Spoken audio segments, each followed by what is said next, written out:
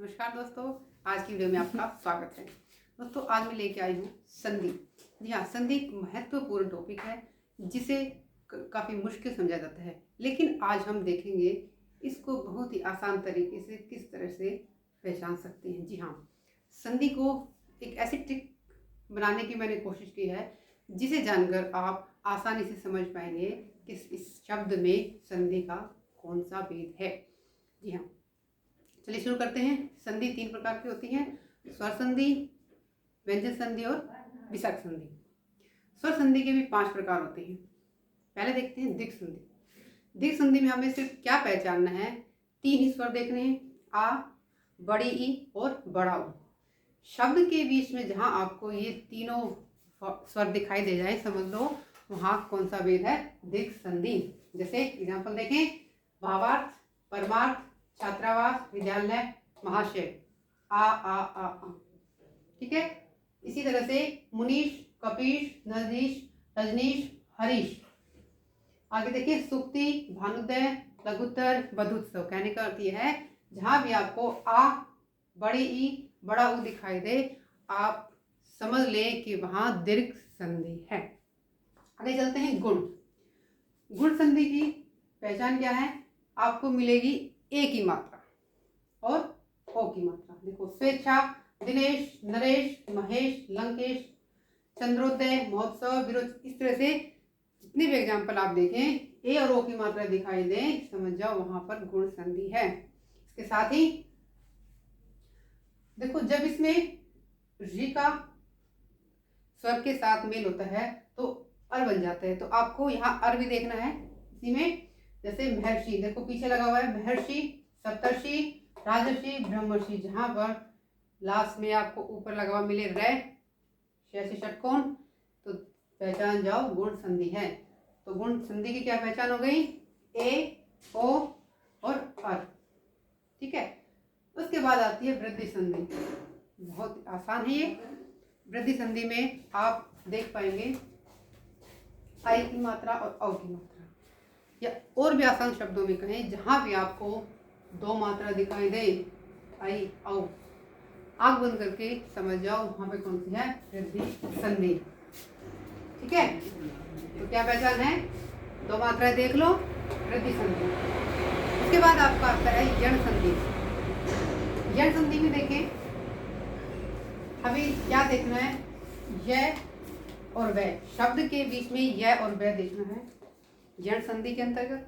लेकिन साथ ही एक शर्त और है, यह भी देखना है आपको कि उनसे पहले एक आपको वर्ण मिलेगा, यानी स्वर रहित व्यंजन मिलेगा।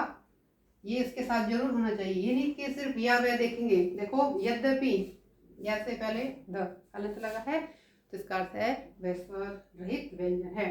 प्रत्युत्तर, प्रत्येक, इत्यादि, स्वल्प, स्वागत, अन्वेषण, तो इनमें यह और वह है, उससे पहले है स्वर रहित व्यंजन।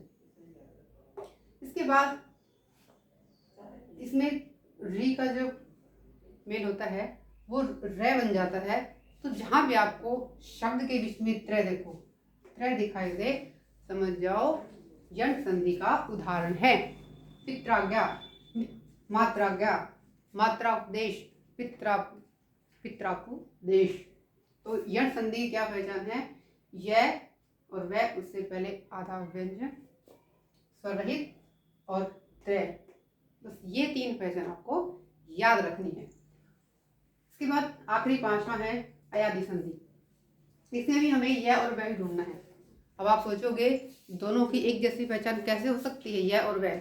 जी हाँ, ठीक सोच रहे हैं आप। यह और वह से आपको देखना है, इससे पहले आपको देखना है कि जो वर्ण मिलेगा वो आपको पूर्ण वर्ण मिलेगा, यानी वो स्वर सहित मिलेगा। इसमें क्या था? उस वर्ण जो पहले वर्ण था यह और वह के पहले, वो क्या था? आधा था। लेकिन इसमें आपको पूरा मिलेगा। देखो, नयन, यह से पहले नय पूरा है। गायक, शयन, नायक, पवन, भवन, पावन, पावक, नाविक, भावुक, सभी में वैर्य है और उससे पहले क्या है? वर्ण पूरा है, कंप्लीट है। तो ये थे स्वर संधि के 5 भेद। कितना समय लगा? 2 मिनट में हो गई पहचान। सिर्फ आपको सिंपल सी पहचान याद रखनी है। उसके बाद आता है व्यंजन संधि। व्यंजन संधि में क्या होता है, दो व्यंजनों का मेल होता है या व्यंजन के साथ एक स्वर होता है। इसको छोड़ो, सीधे बात करते हैं, क्योंकि हमने क्या करना है, ट्रिक जाननी है। देखो, जहां भी आपको शब्द के बीच में आधा च और छ या डबल लय, एक आधा एक पूरा, डबल ज या डड है, जहां भी आपको दिखाई दे जाए समझ लो वहां पर है व्यंजन संधि। जैसे उच्चारण, उल्लास, उच्छिन्न, सज्जन, उज्ज्वल, सभी में देखो आप डबल च यहाँ पे लगाए, डबल लय, च और छ, जय जय, सज्जन। क्लियर। उसके बाद आता है द और ध। अगर बीच में आपको द ध दिखाई दे जाए शब्द के बीच में, समझ लो व्यंजन संधि है। जैसे उद्धार, पद्धति, देखो द ध, द ध। यहाँ तक आया समझ में। आगे चलते हैं।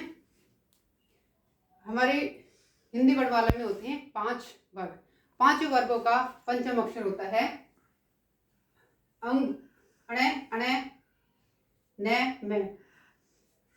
अब इनमें से कोई भी आपको बीच में दिखाई दे जाए किसी भी शब्द के बीच में, लेकिन ध्यान रखें वो आधा होना चाहिए, पूर्ण नहीं, स्वर रहित, तो उसमें क्या है आपकी व्यंजन संधि। देखिए वांग में षणमुख, संचय, संदेह, संभव, क्या ध्यान रखना है, अंग, अणे, अयन, न, में, ये बीच में आ जाते हैं तो हो जाता है व्यंजन संधि। इसके बाद अनुस्वार, जिसे हम सामान्य भाषा में बोलते हैं बिंदु या बिंदी। शब्द के ऊपर जहां भी दिखाई दे जाए आपको शुरू में, समझ लो क्या है वहां पर व्यंजन संधि। जैसे संसार, संशय, संभव, मार्ग, संशय, संरचना, कंचन, कंपन शुरू में आ रही है, तो ये जो बिंदी या अनुस्वार लगाते हैं ये हमारे होते हैं जो वर्णमाला के पंचम अक्षर होते हैं उसी का स्वरूप होते हैं। तो जहां भी ये दिखाई दे समझ लो क्या है व्यंजन संधि। आगे लास्ट हमारा है विसर्ग संधि।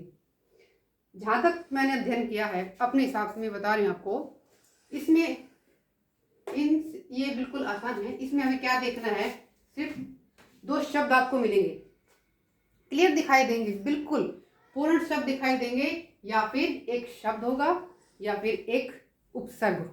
ध्यान दें, देखो मनोबल, क्योंकि देखो ओ की मात्रा इसमें भी है और हमने देखा था स्वर संधि में भी ओ की मात्रा थी। मैंने बोला था जहां ओ की मात्रा हो गुण संधि है, लेकिन आप देखो इसमें मनोबल है, मन और बल दोनों शब्द स्पष्ट दिखाई दे रहे हैं, लेकिन ओ की मात्रा देखो। अब इसके साथ अगर जोड़ते हैं मन के साथ या बल के साथ, ठीक है, तो शब्द हमारा नहीं बनेगा। तो क्लियर दिखाई दे रहा है जो ओ की मात्रा ये क्या है, विसर्ग। विसर्ग किस में परिवर्तित हो गया है, ओ की मात्रा में। स्पष्ट है ना। देखो मन बल, तो जब इसका विच्छेद करेंगे तो क्या बन जाएगा, विसर्ग।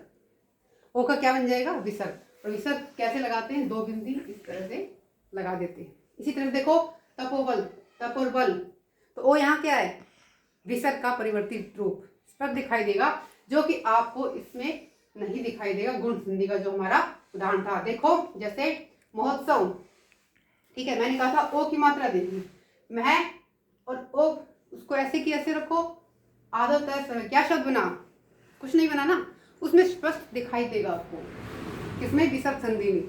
ठीक है। अब देखो सरोवर, सर और वर दोनों शब्द पूर्ण है, क्लियर है, स्पष्ट है। मन और योग, तो जो यहाँ ओ की मात्रा आई है यहाँ पर, ये क्या है, विसर्ग का परिवर्तित रूप। इसके बाद एक छोटी सी पहचान और है, जहां भी बीच में स, श, यानी स सपेरे वाला, 21 वाला या षटकोण वाला, इनमें से कोई भी शय बीच में आ जाए शब्द के बीच में, तो समझ लो वहां क्या है, विसर्ग संधि। जैसे निश्चल, निश्चल आधा आएगा लेकिन पूरा नहीं, स्वर रहित। ठीक है।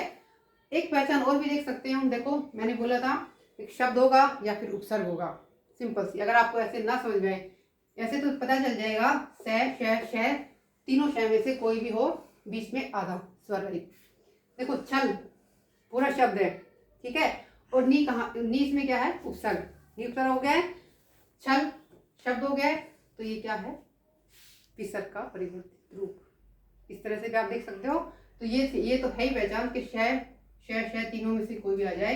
इस तरह देखो, नमस्कार, नम और कार, धनुष टंकार, धनु टंकार, ये श इसमें क्या है, आधा है, तो इसमें क्या है, विसर्ग संधि। दूसरा, अगर बीच में आधा स और पूरा स दोनों इकट्ठे आ जाए, डबल, इसी तरह से श वहां भी क्या होगी आपकी विसर्ग संधि। ध्यान देके, निसंदेह, निसंदेह पहला वाला स आधा, दूसरे वाला पूरा, निसंदेह क्या हो जाएगा, विसर्ग संधि। दुशासन, जहां भी डबल से आपको दिखाई दे, एक आधा एक पूरा, तो समझ लो क्या है, विसर्ग संधि। कोई रूल नहीं, कोई दीर्घ लघु कुछ नहीं है, सीधा है ना। आगे चले, इसी तरह से देखें, रे, रे का भी परिवर्तित रूप देखें आप, ऊपर लगेगा ऐसे, जैसे धर्म कर्म में लगता है, जहां भी दिखाई दे जाए समझ लो वहां पर क्या है, विसर्ग संधि।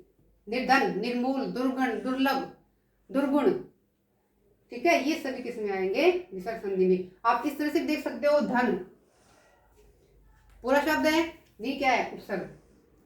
दोनों तरीके से आप उसको तुलना करके देख सकते हैं, ठीक है। निर्मूल, मूल शब्द है, ठीक है, नी क्या हो गया, उपसर्ग, और रे क्या होगा, विसर्ग का परिवर्तित रूप। तो ये जो रे लगेगा ऊपर, निर्धन, निर्मूल, दुर्लभ, दुर्गुण, सभी क्या है, विसर्ग संधि के उदाहरण।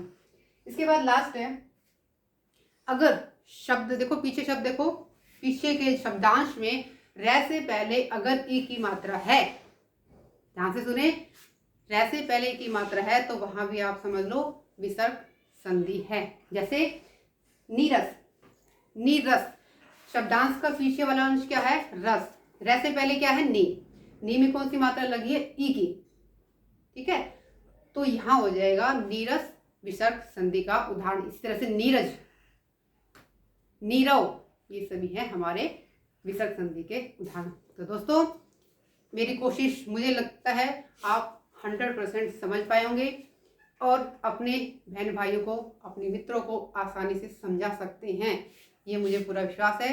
मेरी कोशिश कहाँ तक सफल हुई है, कितनी फायदेमंद है आपके लिए, आप इसको वीडियो को देख के ज़रूर मुझे बताएं। वीडियो कैसी लगी लाइक कीजिए, अगर आपने सब्सक्राइब नहीं किया है तो सब्सक्राइब करें, क्योंकि आगे नई ट्रिक के साथ फिर आपसे मिलेंगे। तब तक के लिए नमस्कार।